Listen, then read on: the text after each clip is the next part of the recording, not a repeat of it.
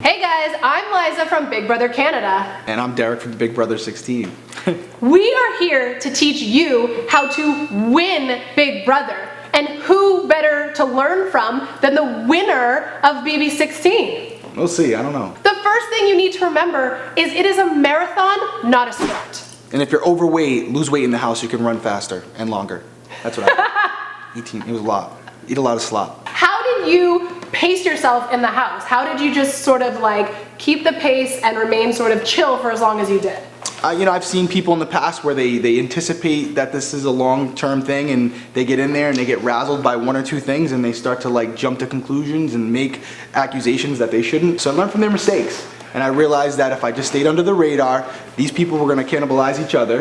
And when my time came, I would do what I had to do to win, which wouldn't be for weeks and weeks down the road. If you know that going into it, you're already ahead of the game. Number two, it is very important if you want to win the game. You have to make the right alliances. So how did you decide who you were going to be most loyal to? You know, sometimes people will just be dead giveaways. You can tell within a matter of minutes based on their conflicting stories whether they're going to be truthful or not. So you get those people out of the way. They're not going to be, you don't want those people for the long term. Then you go to the people who are there to have a good time, but also by them telling you different things and relying on you for information as you're relying on them, you start to develop a rapport. And then the final part of it is just intuition, gut intuition. Know that whoever you pick, you have to ride with them till the end regardless of what happens. You can't be a flip-flopper, and know that regardless of what happens, you went with your gut and you got to be confident with your decisions. Now, speaking of these alliances and these social relationships, at the end of your season, you seem to have a very good relationship with almost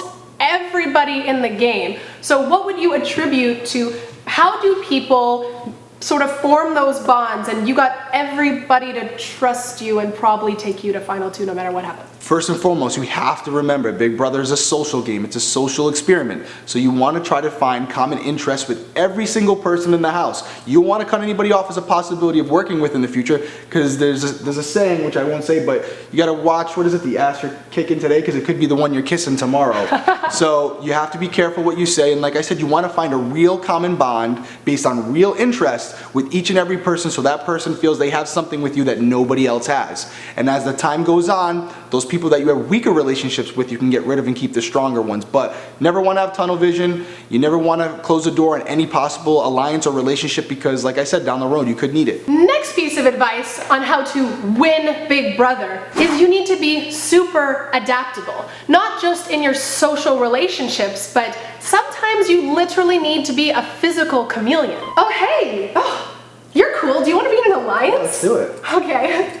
Groovy dad here. No, listen, you obviously want to develop relationships, you want to be adaptable, you want to make sure that based on whatever twist may come, you have a plan and strategy. You want to have a plan A, B, and C. And if all else fails, change everything about you, including your appearance, because that always works, right? I think that was so impressive. You literally put on a pair of glasses and a toque and let a little facial hair come in, and you were like one of the cool kids. Just rolling with the youngsters. Yeah, if you want to create a character, you got to actually believe in it. And there was a long part of that show where I literally believed I was the Parks and Recreation coordinator, the hipster dad who loved rocking beanies and wearing glasses, even though they didn't have lenses like these ones don't. But nobody really cared about that. So yeah, whatever works for you to make you more of who you want to be in that game, do it. And if that includes losing weight, throwing on glasses and a beanie, rock it out. But own it all the way to the end until those votes are casted.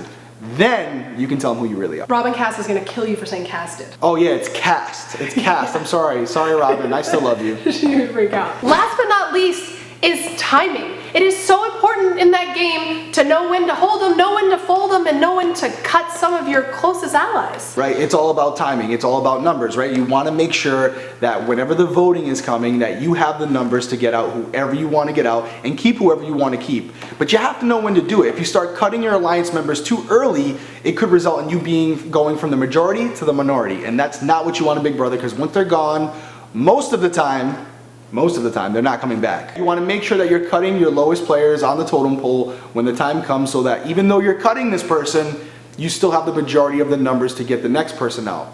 You don't want to get overzealous, you don't want to do it too early, because if you do, you could be on the block and you could be going home. Absolutely. Don't play with your emotions. Don't make any irrational decisions. Really think it through and always make sure that you are in the numbers majority. Plenty of time in that house to think. So much time in that house to think. Too much time. One last thing, because I'd be remiss if I didn't point out, there's some luck involved. You got to have a little bit of the four-leaf clover, the horseshoe up your, you know what, to get this done, because honestly, it's some of the things you can't control in a house. Some of the things are twists, some of the things are game decisions, some of the things are just happen to fall your way. It's hard to win the game without a little bit of luck, so just know going in there that, you know, say a prayer to the luck gods. I don't even know. I have a question. Yeah. Were you the only winner to never be on the block?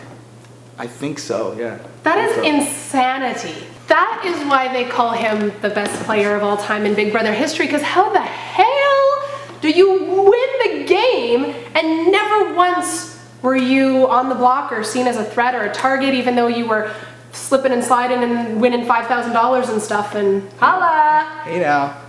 Holla. All right, guys, I hope you learned something. For all you guys who want to get on Big Brother, don't just get on Big Brother. The idea is to win it. So I hope we've given you some solid tips and that you go out there and kick some ass and then thank us later. Bye, guys. I want some of that money too if you do.